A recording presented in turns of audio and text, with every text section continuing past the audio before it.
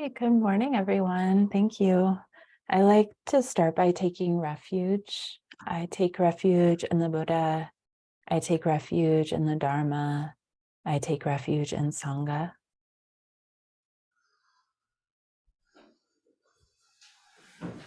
Oh, happy Paranirvana Day.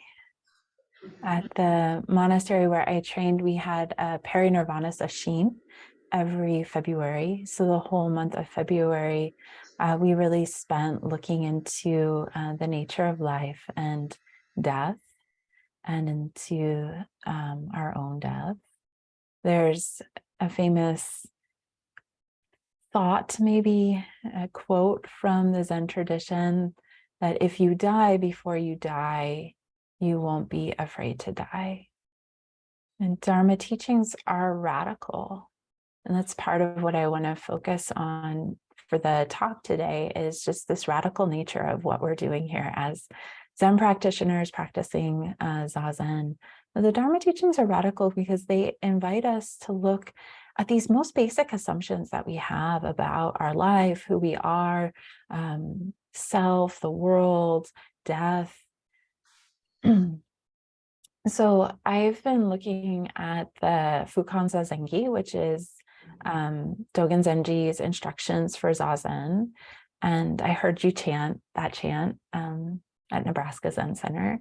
And then also the Komyozo Zanmai, which is Koan Eijo, which was Dogen Zenji's first disciple. It's called The Practice of the Treasury of Luminosity. And it was written at the end of his life when he was in his 80s. And it's teachings on Zazen and also the luminosity of mind's nature. So as I've been looking at these two texts and then some of the other text instructions about Zazen from these early Japanese Zen masters, I've come to appreciate how radical these teachings are. And in like the flavor of this talk, I'm going to talk about the 5 radical practices of Zen or Zazen. And the first one is the Dharma gate of joyful ease. So you'll find that phrase, depending on what translation you use of the Fukanza Zengi, it's in there. And then befriending ourselves, which isn't a direct quote, but very much what I found part of this practice of Zazen, this practice of intimacy. Then reclaiming wonderment, which you find the word wonder in so many of these early texts about Zen practice and the freedom that comes from Zen practice. And then taking the backward step, and I see that as a way of recognizing the spaciousness of mind and then turning the light to shine within. And that's one of Dogen Zenji's famous lines in that text. The Fukanza Zengi is learn to take the backward step that turns the light and shines it inward. And that turning the light to shine within is a way that we can recognize the luminosity that's always present, but that luminosity of mind's nature, which is the nature of all things. So just to begin with the first radical practice, joyful ease, in the Fukanza Zengi, Dogen Zenji says, the Zazen I speak of is not meditation practice. It is simply the Dharma gate of joyful ease, the practice realization of totally culminated enlightenment. So joyful ease is radical to parts of ourselves. At least it was to me, like this idea, this invitation, right? That life, embodiment, practicing meditation can be easy, can be enjoyable. And research shows that we're actually biologically wired to notice pain, whether that's physical pain or mental pain or emotional pain. So you might notice when you turn your attention inward, the first thing that you become aware of, especially if you haven't trained your attention, is what's not working. And we can get really hyperfixated on that. whether it's in meditation practice or in our daily lives. One of the things I do for work is I teach meditation and mindfulness to teens in an outpatient mental health program. And we start all of our 50-minute sessions of group with a mindfulness exercise of turning our awareness inward with mindfulness and just noticing where our attention is drawn. So not trying to direct attention anywhere, but just being curious about where attention is drawn. And then noting what is happening as opposed to fighting with or fusing with, which is so much the tendency, or ignoring. So you can try this with me. It's a very simple exercise. Just let your attention go inward and just imagine, that turning the light to shine within, noticing body sensations, thoughts, emotions. And just notice where your attention gathers. That's the first thing that lights up. Now we just sat Zazen, so might be spaciousness or ease. And I'm talking about ease. But I notice for me, oftentimes it's some place of tension in the body. It's usually around something that's mildly uncomfortable, or unpleasant. And so when I direct this meditation with the teens, as I'm tracking my own experience, I always give the invitation to notice, well, what else is happening? Instead of getting fixated on that place that's uncomfortable, can you stay curious and notice what else is happening? And then I often give the invitation, can you notice something that's neutral or even pleasant in your experience? Because if we get hyperfixated on what's not working, we miss what is going well and what actually feels good in our bodies. So one of the quotes that my teacher Chosen brings up over and over and over again is awareness, our attention, awareness brings choice. And then she says, choice brings freedom. So when we're aware that attention has fused with or fixated on something that's not going well, a negative thought, feeling, emotion, can we choose ease or even joy? Or open to the possibilities? Sometimes it might not feel possible, but maybe even open to the possibility that joy or ease can coexist with whatever's happening. And that includes a sick body. I mean, the Buddha's Paranirvana Sutta is such a beautiful example of that, right? The body of the Buddha is sick, in pain. And yet it says in the early part of that sutta, that the Buddha's mind was unmoved. I can't remember the exact words in the translation we just read, but the Buddha's mind was unmoved, unperturbed. So it's like that flavor of equanimity or ease, still coexisting even with physical discomfort. So this, because we have the tendency to hyper focus on what isn't working, it can be a great support in our meditation practice and daily life as well, but in meditation to bring attention to that quality of ease or even joy when we sit down and also when we end the period. And I don't know your community so well, but at the monastery, we did a lot of meditation.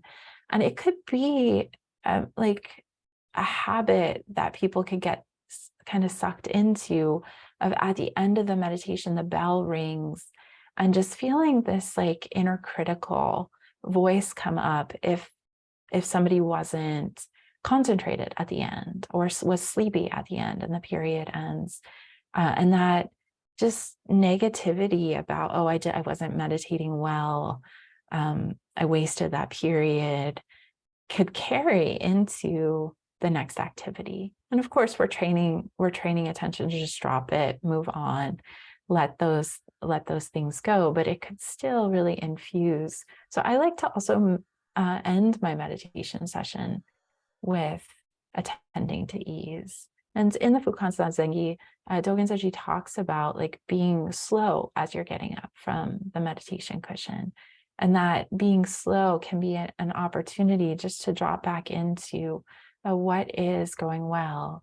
Can I find ease within this moment? Can I look back at that last meditation session and see that I was cultivating ease, cultivating joy?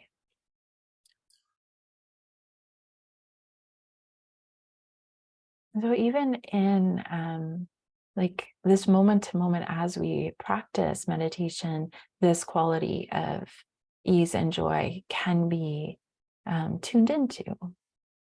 The invitation to find ease in the posture. If we have a support for meditation, even a subtle support like breath sensations or listening or just sitting, can you find ease in that practice or even joy in that practice? And then a deeper inquiry I have been exploring, which is very, very juicy for me, is awareness or this attention that we're practicing during Zazen, or that is so, I mean, that is the inherent functioning of being a human being. We are aware. It's like a basic experience that we have. Is that in and of itself enjoyable?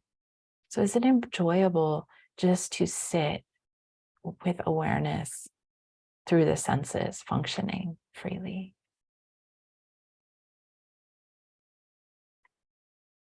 Is it even pleasurable? Like this sense contact that's happening without us doing anything, right?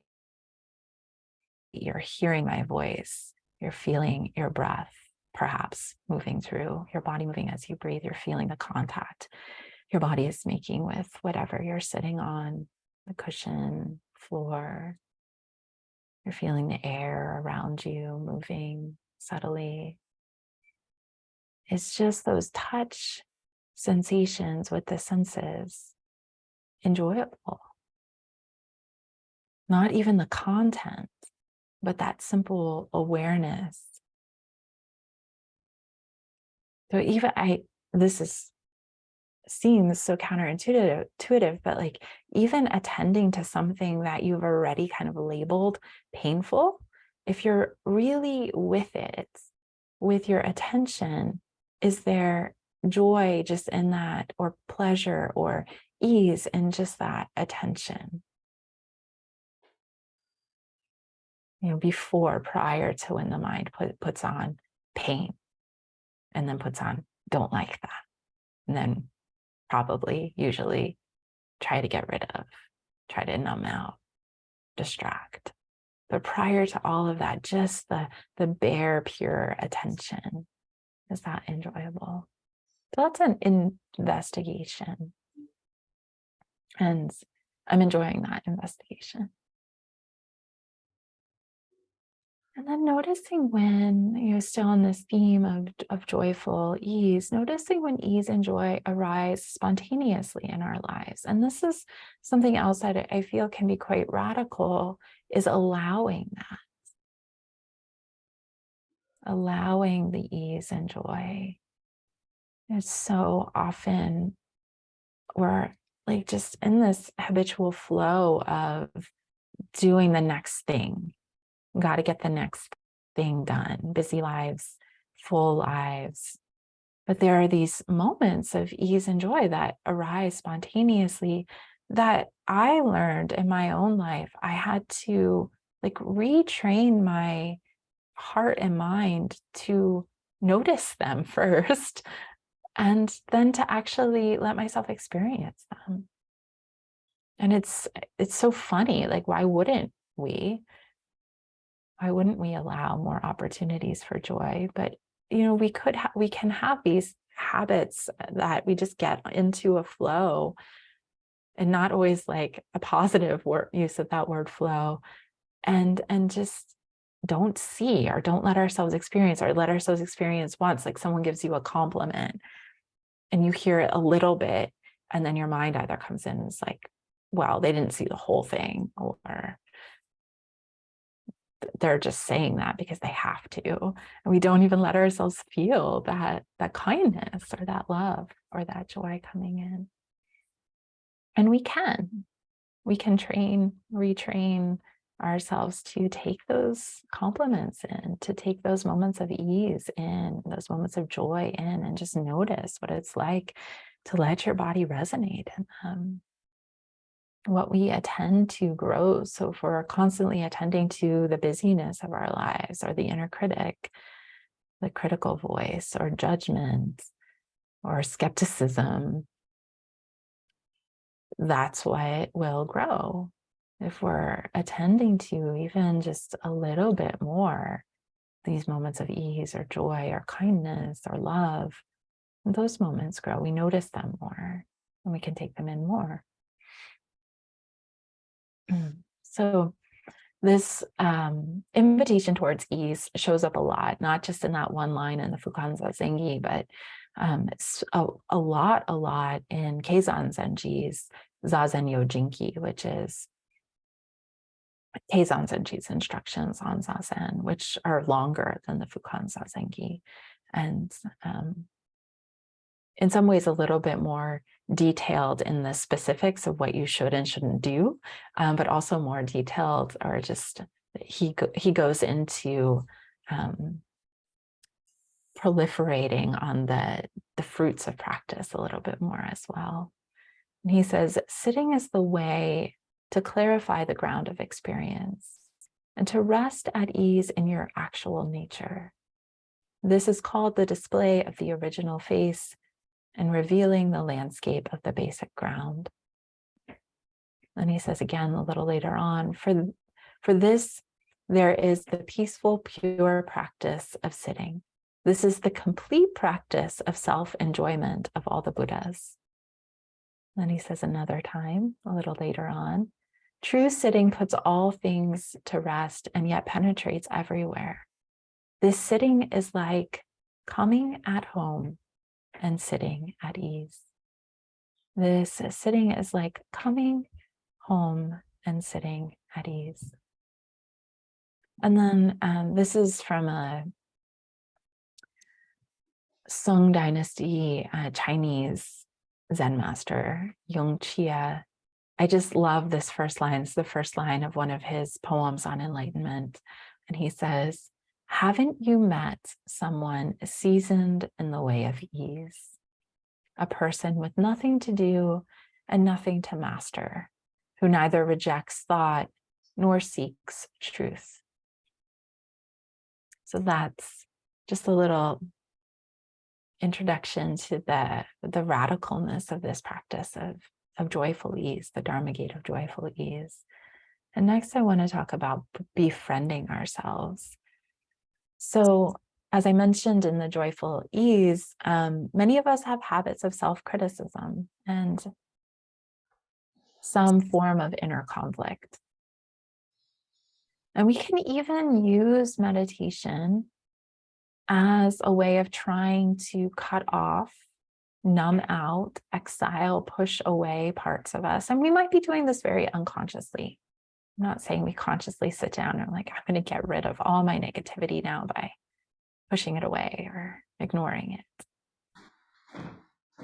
And there's a wisdom in not feeding. I mean, that's very much what we're doing, non-interference in Zazen, not feeding the negativity. But we can sometimes, because that is super subtle to not feed, we can push away.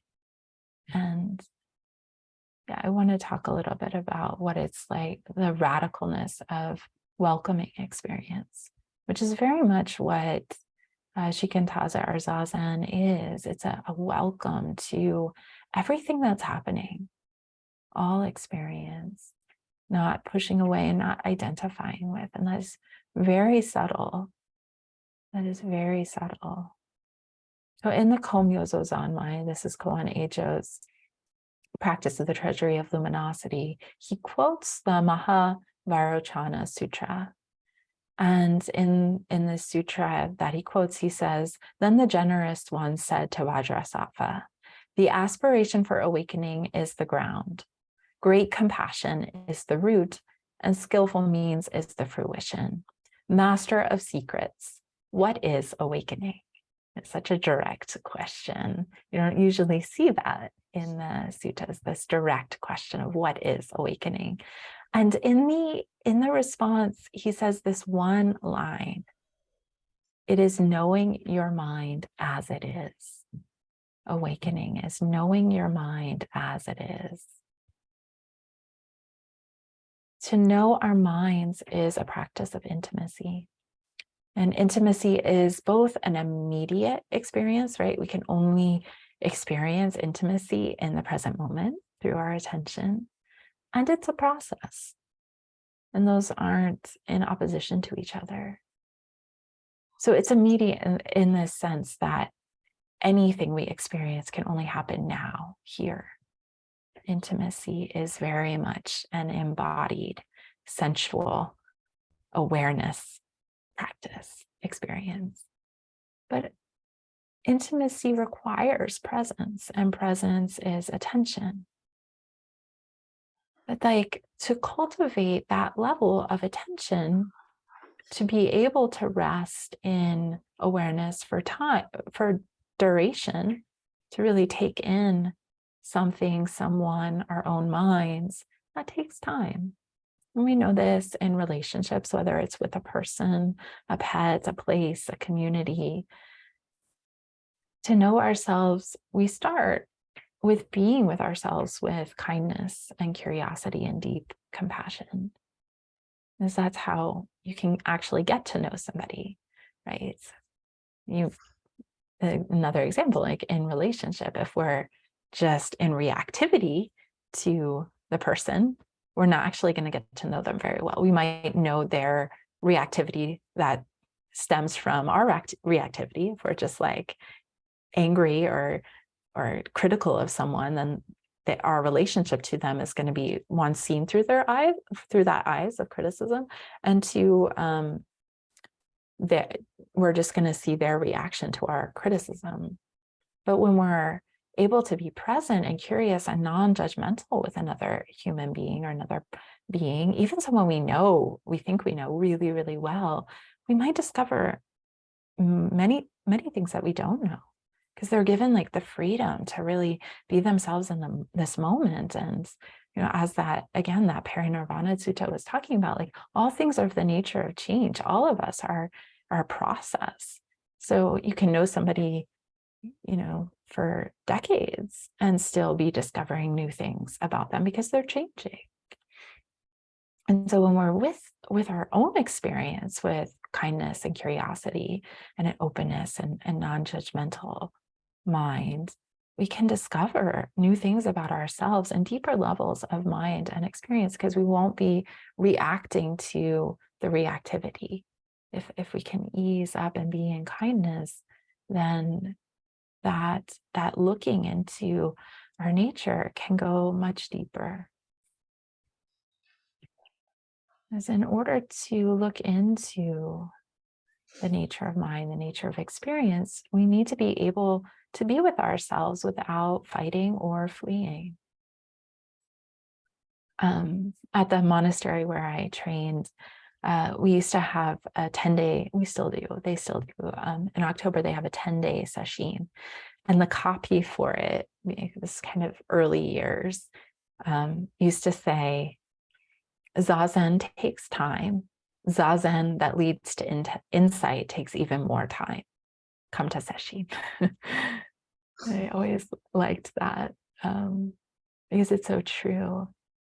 Like, to really, there's a difference between sitting for 10 minutes and sitting for a half hour. There's a difference between doing a weekend retreat and doing a week-long retreat. Not that one's better than the other, but just in that quality of attention and intimacy that develops when we're really able to continuously be with our own experience, be with mind, heart, body over time. And that's the same with, there's a difference. I mean, someone can have a very deep experience of meditation in the first time that they sit, but there's a difference between sitting once and having that experience and then going on and doing other things and not really coming back to it, not coming back to sitting, and someone who sat for years and years and years and years and years and years and then has a really deep kind of opening experience, and they just know their minds and being so much through that process of just keep coming back, keep coming back, keep coming back. Much more intimate, much more rich experience of mind and body. It's not just a flash experience and then kind of on to the next thing. They really know themselves. Then I want to talk about reclaiming wonderment. I feel like this goes with joyful ease and this quality of befriending ourselves, our intimacy. So, as you may have realized, the totality of our lives has the potential to arise in a period of zazen.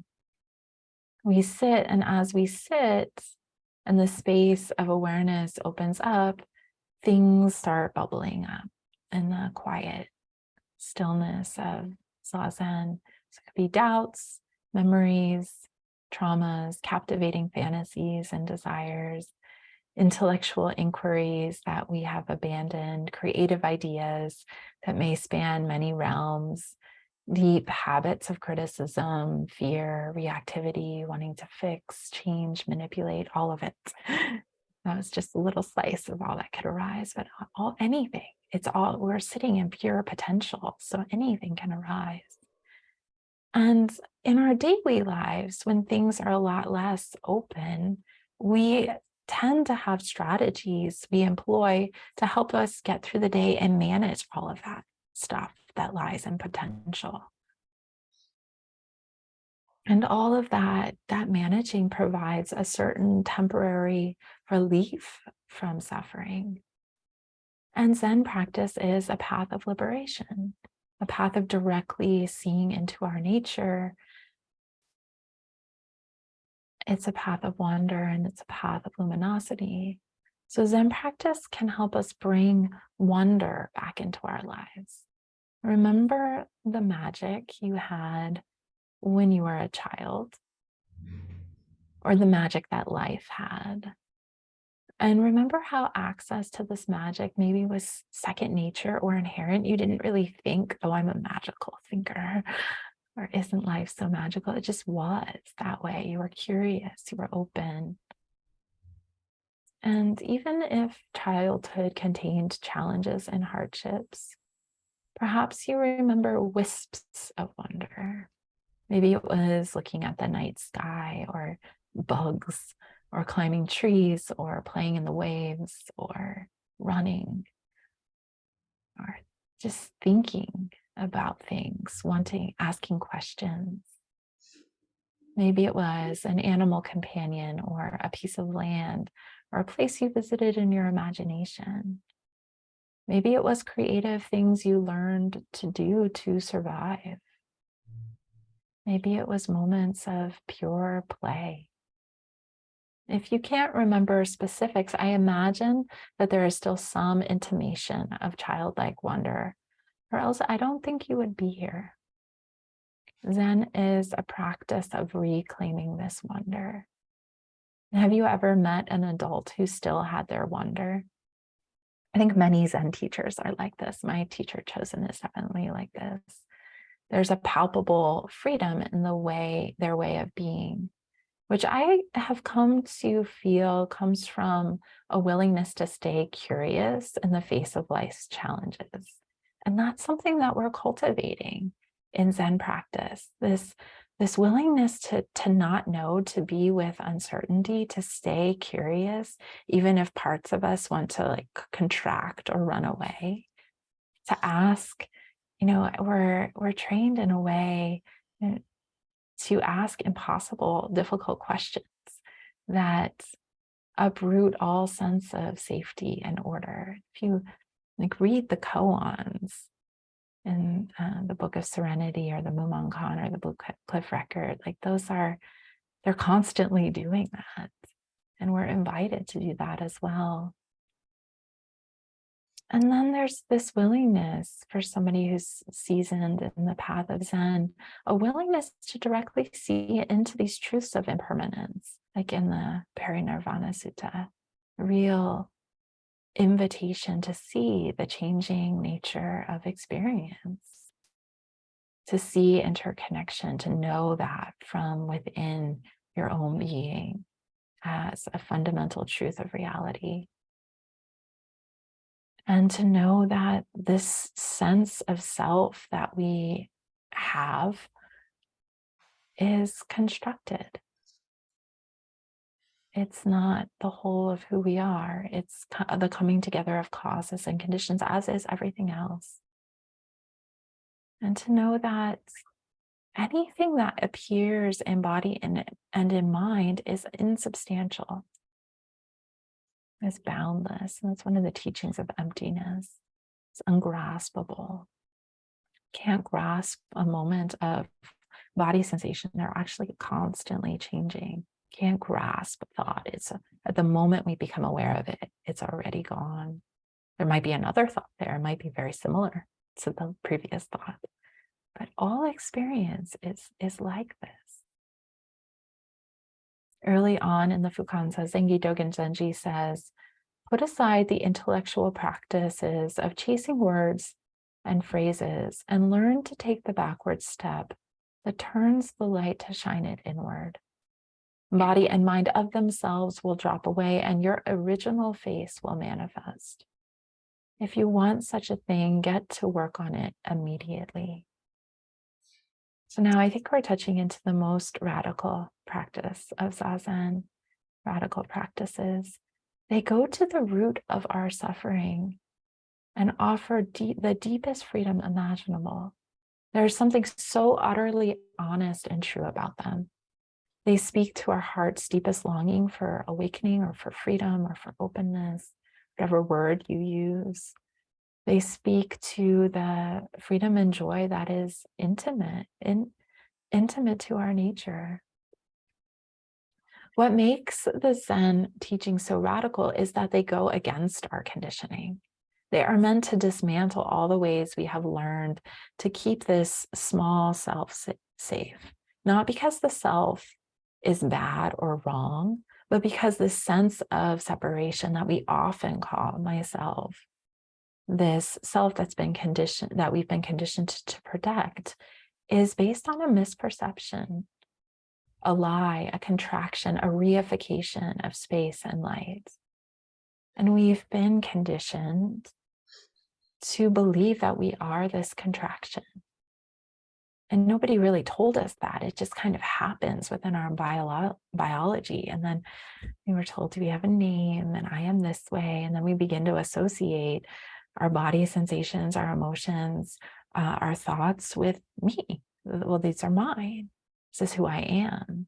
And some of the thoughts that get in there are very much not true to who we really are.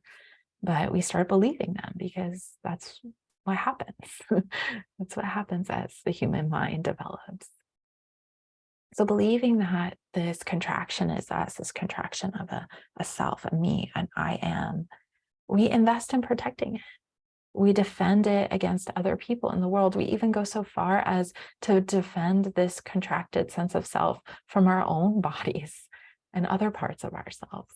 And that's where that sense of an inner conflict comes to, or that we can not like parts of ourselves, which in some sense makes no sense, but it makes sense when there's this contracted part of us that feels afraid, and there are other parts of us that are angry or have big energies and feel in conflict with those parts that feel afraid.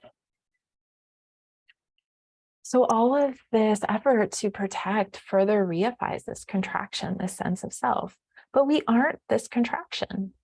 We never were. We have this habit of contracting, but the Zen teachings provide us a direct path to free us from our mistaken identity. So our bodies may contract, right? They contract around physical tension. Our minds may contract around certain thoughts, certain habitual thoughts. Our hearts may contract around particular emotional experience.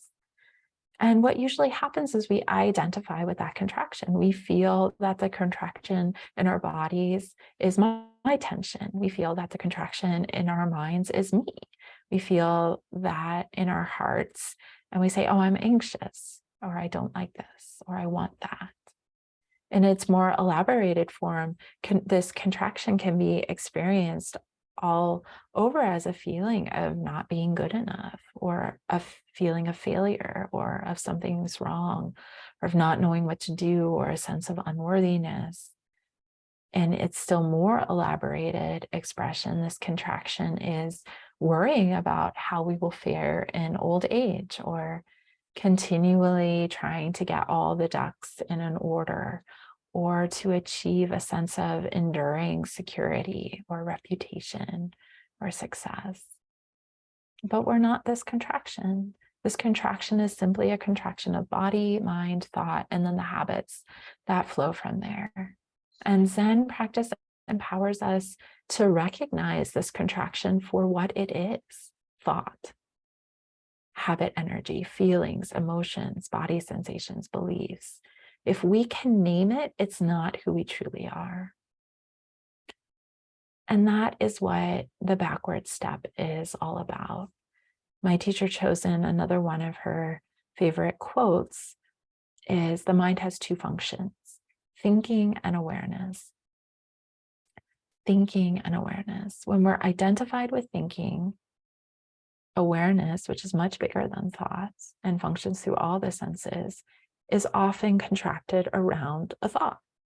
And so that becomes the world that we see is through that thought. It's kind of like a tunnel vision. When we're in awareness, we can be aware of a thought. We can be aware of thoughts. We're not limited by thoughts. Thoughts, as the Buddha taught, are just another sense happening. Just as the body feels, the mind thinks. To recognize what is thought and what is an awareness is an important aspect of practice. And the contraction of I am is usually the first thought in any cascade of thinking.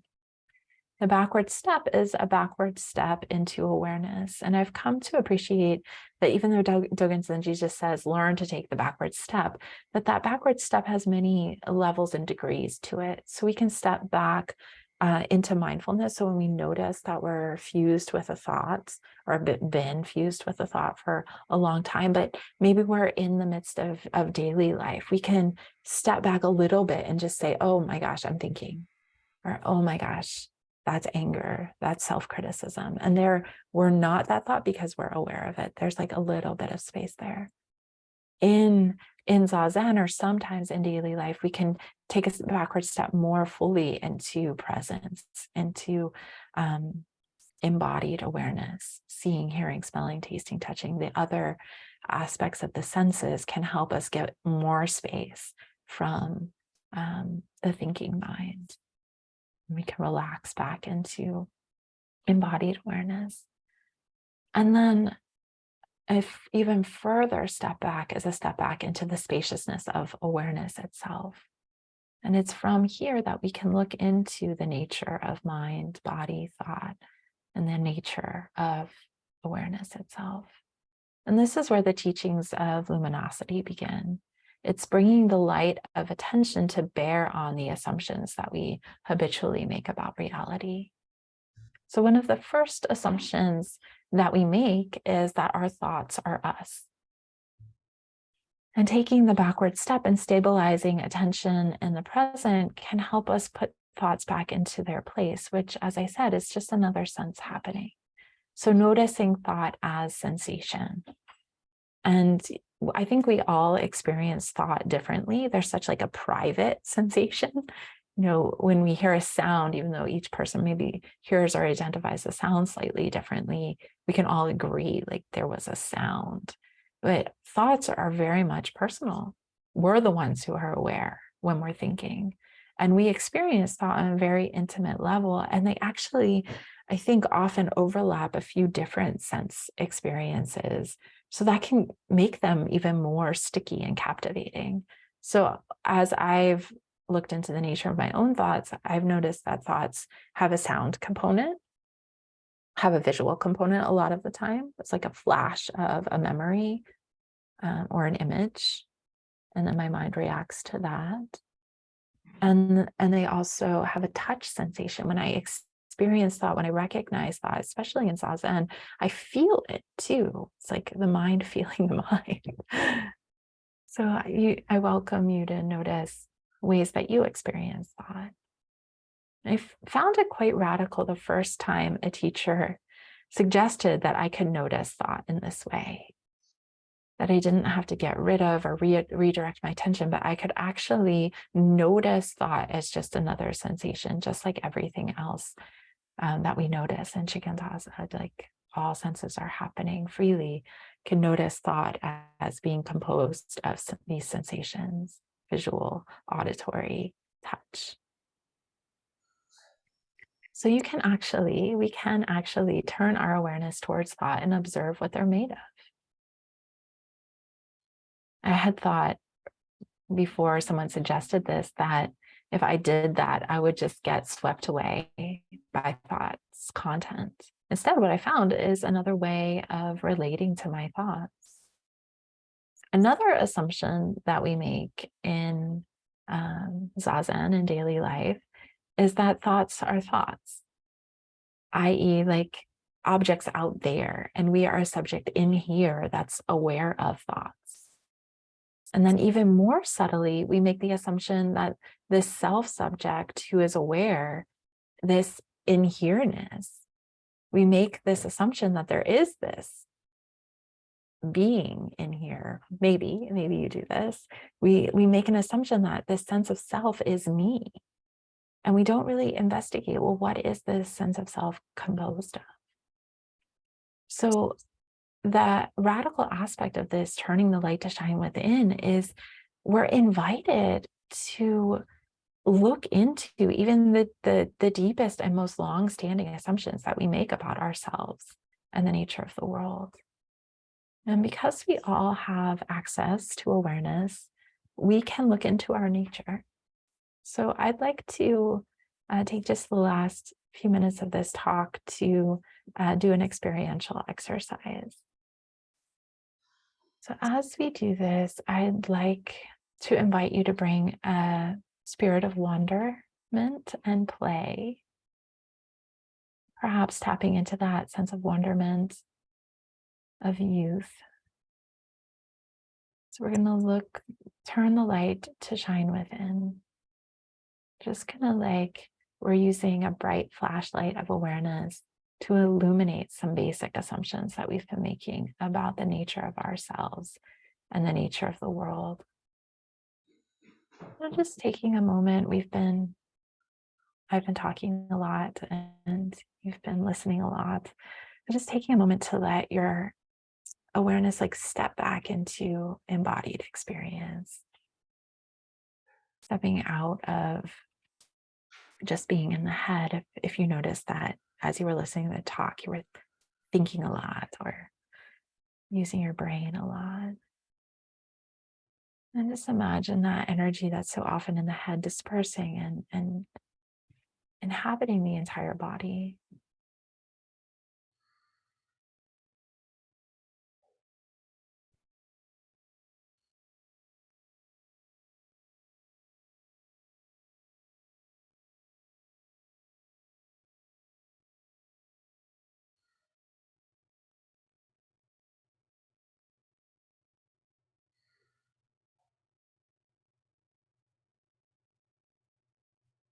And then take a moment and just connect with the breath.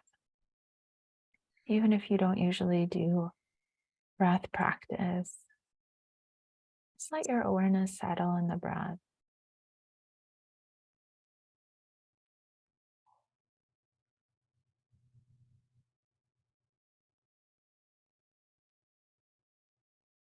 And imagine that you can turn your awareness around and look at the one who's aware of the breath.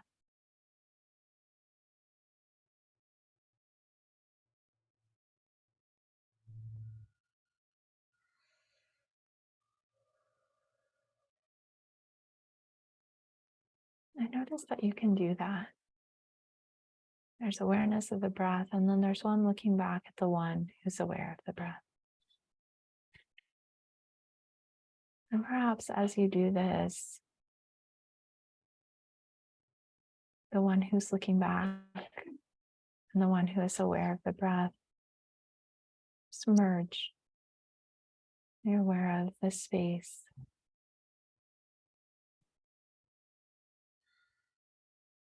The space of awareness.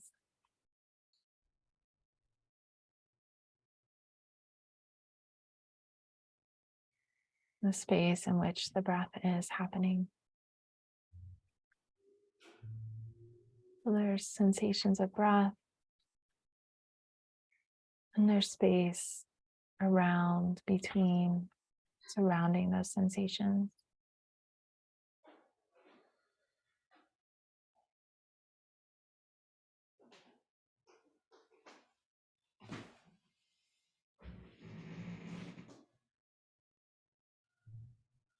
And as you're aware of this space,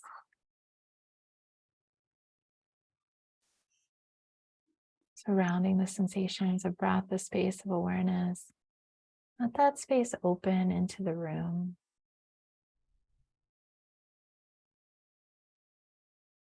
So not only is the breath arising in space, but all the sensations of the body arising in space, surrounded by space.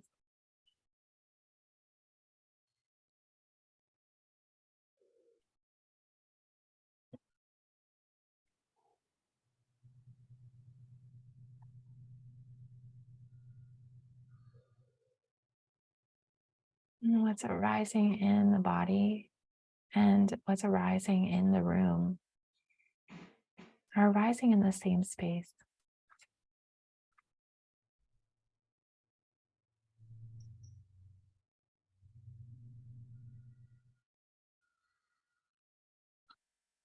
And this is the same space that thoughts are arising.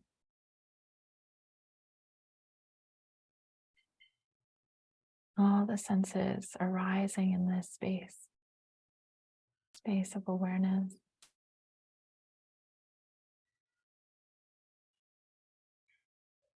Rest back in the spaciousness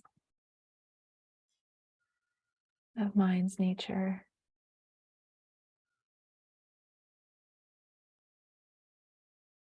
Just allowing all the various sensations to come and go as they will. And recognize that as you rest in that spaciousness,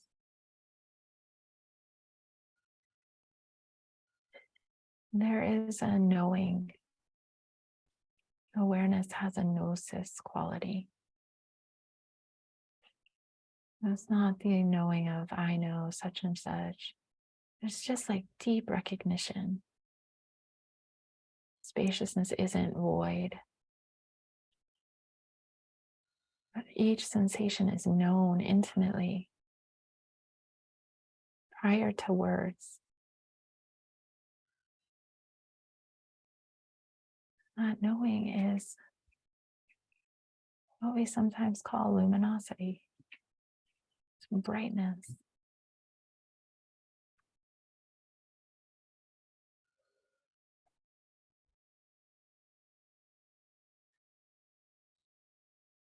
And then call forth the sense of self. Maybe you have a sense of, I'm sitting here, being spacious, recognizing luminosity, or I'm not able to do this, or whatever. However you experience a sense of self, or maybe it's just a very subtle, I am. And notice how to that sense of self, or criticism, or boredom, or whatever it is that's arising, is also arising in the spaciousness of mind's nature. Spaciousness of awareness, you're aware of it. And it's known. There's this quality of knowing, recognition.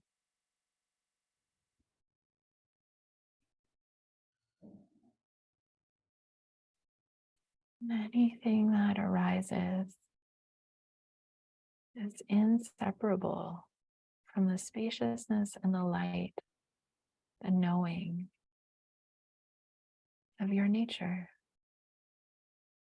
of your being, from the sounds to the visual field, the thoughts, body sensations, all arising in the same space, all known the moment they're arising.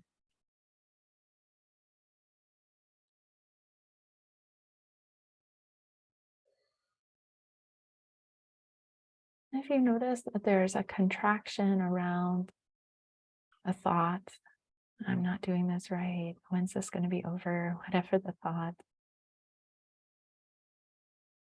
just notice that's a contraction. And see, is there space within that?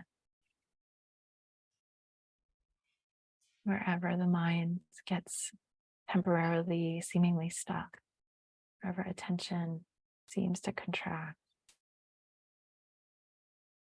Bring the light of awareness to that place. Is there space within it? Is it moving? Is there knowing? Recognition?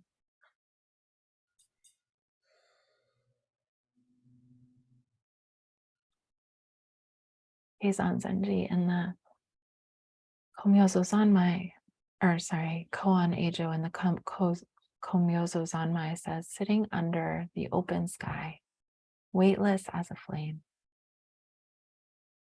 Body, when we're in touch with this spacious, knowing awareness, the body dances like a flame, appearances,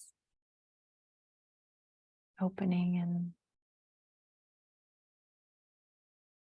the actual form of the body is a play of sensation. And then he says, even if 84,000 thoughts come and go, each will display itself as the luminosity of perfect knowing itself, if you do not hold to them and allow them to just go on their own way. Even if 84,000 thoughts come and go, each will display itself as the luminosity of perfect knowing itself, if you do not hold to them and allow them to just go on their own way. So thanks for playing with that one.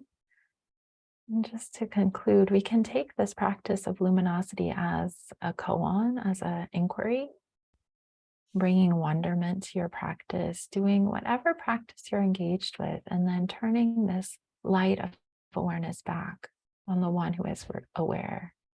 And then just return in the Song of the Grassroots Hermitage, which is from pre-Tang Dynasty, Shurto, the Zen master who's precursor to the Soto Zen school.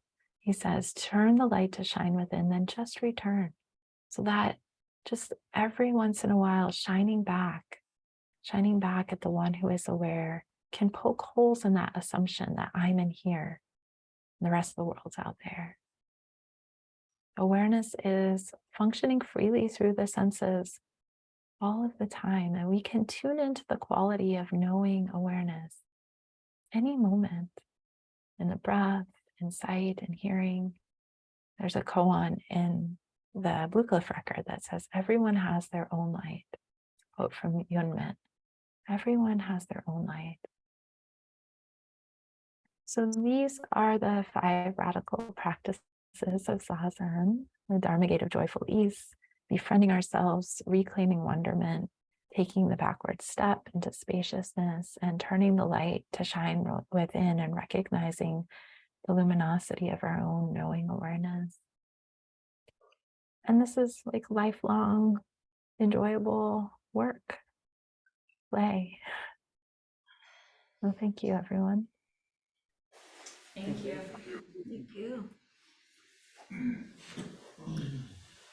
If you don't mind, we can see if anybody has questions or comments, thoughts that Amy has brought up with her talk? I'll start. Hi, Kisei. This is Miorin. Hi, Maren. Good to see you. Thank you for the gift of this talk. It really evoked the subject matter. Like, it felt very open and luminous. So I appreciate that. One thing that struck me as familiar was that when you were talking about letting ourselves experience joyful ease, I never really thought of it like that before, but that's something I want to investigate more. I was thinking as I was driving here this morning, I was in my car and I was just driving, and the radiance of the sun was coming in and I was warm.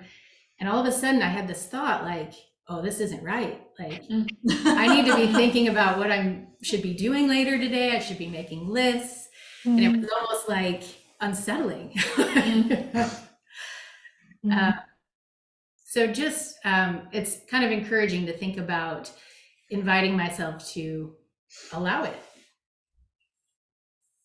Yeah, yeah. Yeah. And I mean, that's so beautiful. You have so much awareness to notice that, like, wow, I was experiencing ease. And then, and then that habit came in. And that's exactly what happens. Thank you. Kind of following on with that, I was thinking that it seems like the more you practice, the more you're occasionally thinking about how much unwiring you have to do. Sometimes, you realize you can be overwhelmed by it because it's, first of all, it's a million years of evolutionary hardwiring. Then it's all your cultural hardwiring.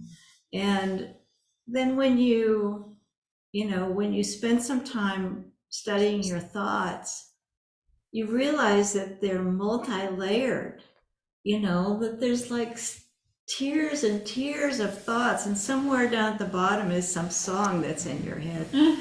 But Peeling. yeah, peeling an onion. Yeah, so sometimes the further you get into it, the more you can think, wow, this is like really a big wall here. But then there are those moments, after several days of sesshin, when all of a sudden you just feel so happy, or everything is just really funny, something like that. So I don't know, just some observations. Yeah. I think you're naming it in such a beautiful way. Like, my teacher Chosen would always say, like, when we do sesshin, we get like the taste of what's possible, and that can keep us going, just remembering that, like, oh yeah, there's this amazing freedom underneath all of this. If I just don't identify with the mind, I don't have to get rid of those thoughts. And this is a path of purification. It is this great unwinding. That's one of the words for the Buddha's Paranirvana, was the great unbinding. Like Going wireless. I was just, I guess, joyful ease is, I'm running with that as well. But your talk in my life, like, is really timely at the moment, because I had so very specifically, like, I have to do a presentation on Thursday. And so I can get very, as I'm sure a lot of people can, in my head about it. And it's like this looming thing that I'm like, oh God, like, I gotta, whew, and it's public speaking, it's everything I hate. And so I was in my kitchen, and I can feel my heart start racing when I imagine myself like in this situation. And then I just stopped, and I just made a very intentional pivot to just be in my body. And then all of a sudden I felt my heart rate slow down. I felt it was my awareness, and the way I was carrying myself became slow and gentle. And then it occurred to me, like, everybody can do this, one, and two, like it's such a profound act of compassion, like for yourself, to know that you have access to this and to choose to do it, particularly when you're in your head and you're like struggling and you're, and it just seemed like such a, like in my kitchen and late one night, I'm like, oh, what a beautiful thing. Like that's that we can do that. Like we can choose to do that for ourselves. And it doesn't mean I'm not going to go back to that place. Like, we're not going to be anxious about it, but I do have access to what you were saying now, as to this spaciousness of, it can still be there, but it can be there in a different way. Like, Yeah. Yeah, I love that. The pivot, like you're changing your relationship to it, and that changes the entire experience.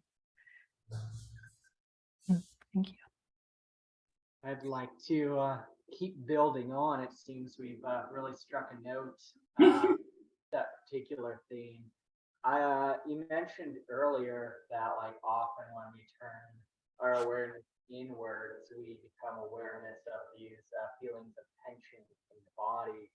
And I do notice that is the case for me, but also that there lately has been a lot of feelings of the release of tension. I've noticed that I have been able to sit a little straighter, a bit more stable. I've been carrying less tension in the body, and turning inward, I can feel that release often.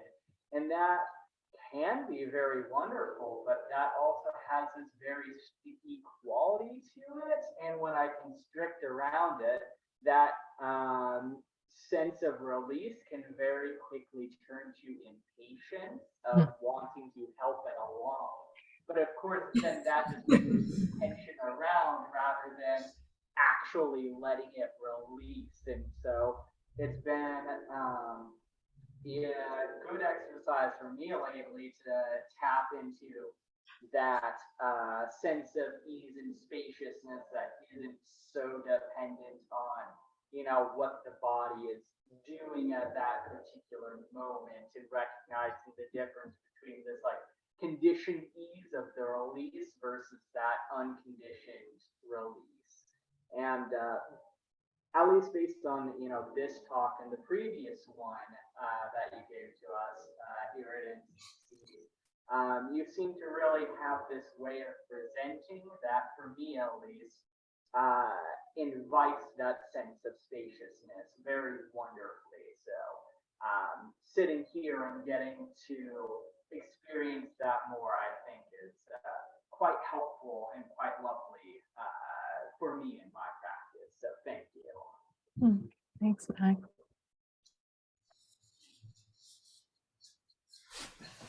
Quickly, Amy, my name is Benji. Nice to meet you, and thank you so much for the Dharma talk.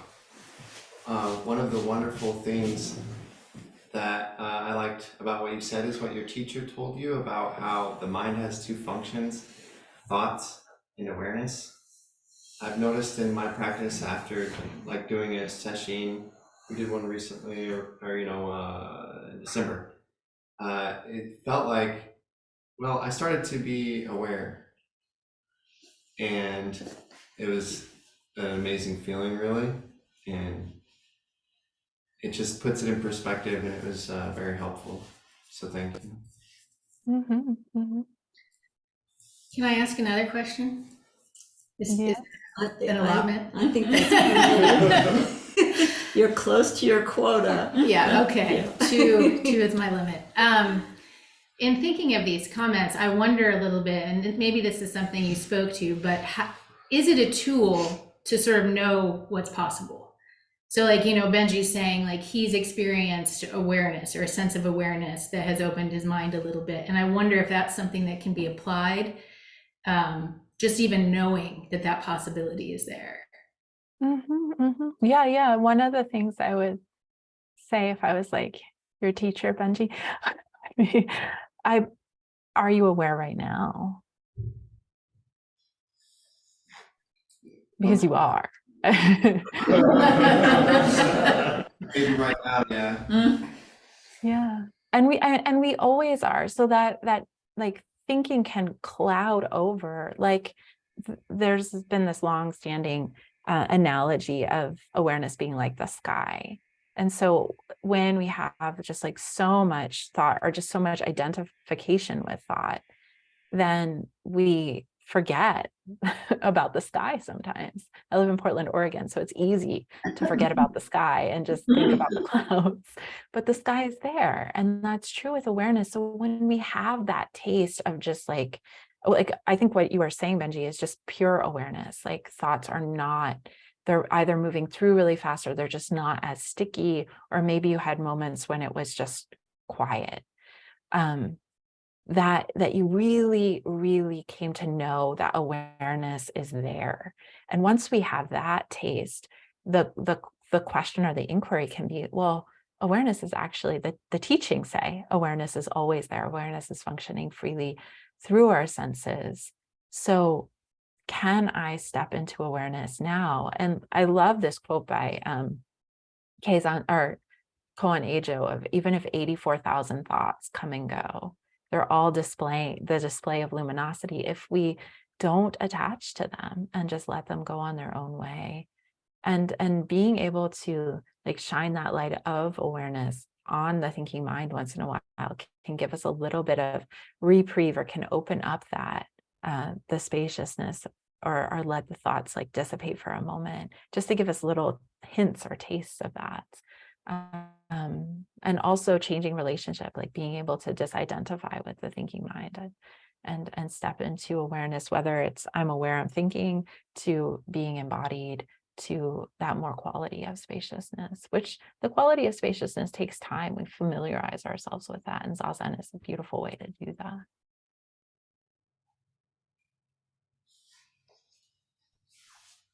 Okay. That's a great thought to end on. Yeah, perfect. We'll do a closing chant. The many beings are numberless, vowing to carry them across. The many beings are numberless, vowing to carry them across. Greed, anger, and ignorance rise endlessly, vowing to cut off the mind road. Greed, anger, and ignorance rise endlessly, vowing to cut off the mind road. Dharma gates are countless, vowing to wake to them all. Dharma gates are countless, vowing to wake to them all. Buddha's way is all embracing, vowing to follow through. Buddha's way is all embracing, vowing to follow through. Does anybody have any announcements?